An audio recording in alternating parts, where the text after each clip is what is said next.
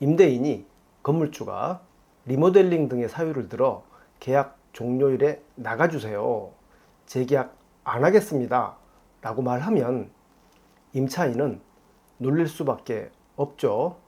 하지만 당황할 필요는 없습니다. 상가건물 임대차 보호법에 따라서 임차인은 임대인의 의사와 무관하게 안정적으로 영업할 수 있고, 정이 쫓겨나와야 한다면 권리금을 회수할 수 있기 때문입니다.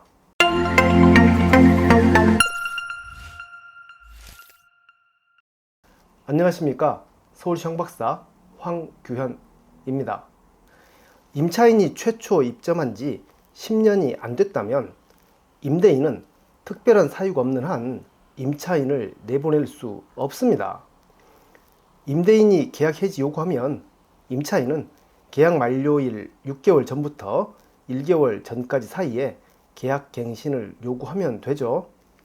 계약 갱신 요구는 내용증명 우편, 문자 메시지, 카카오톡, 전화통화 등 형식에 구애받지 않습니다. 다만 상대방이 부정할 수 있기 때문에 문자 메시지를 보냈다면 상대방의 답변을 꼭 받아야 하고, 전화통화로 갱신을 요구했다면 녹취할 필요가 있습니다.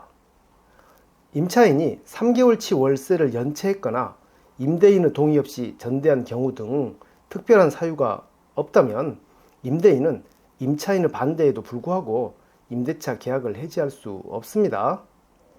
임대인이 계약서를 안 써줘도 관계없습니다.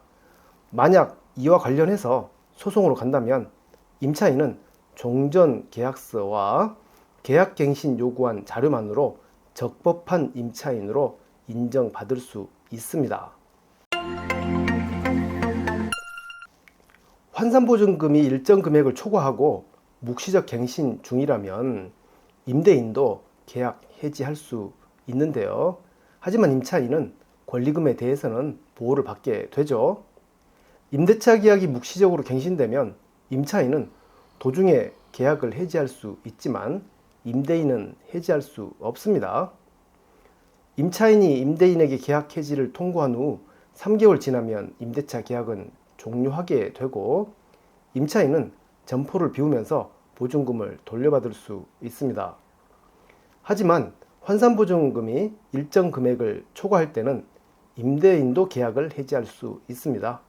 이때 임차인이 계약 해지를 통고하면 1개월 경과한 후 임대차 계약은 종료하고, 임대인이 임차인에게 해지를 통고하면 6개월이 지난 후 임대차 계약은 종료합니다. 환산보증금이 높고 묵시적 갱신 중에 임대인이 계약 해지 통보하면 임차인은 쫓겨나올 수밖에 없지만 적절히 대응하면 손해 안 봅니다. 임차인은 신규 임차인을 구해서 권리금 회수하면 되죠. 만약 임대인이 방해하면 손해배상 청구할 수 있습니다. 영업기간 10년 초과할 때는 쫓겨나오더라도 임차인은 권리금 회수 가능합니다. 임차인이 최초 입점한 지 10년이 넘었다면 임차인은 임대인의 명도 요구를 거부할 수 없어서 쫓겨나와야 합니다.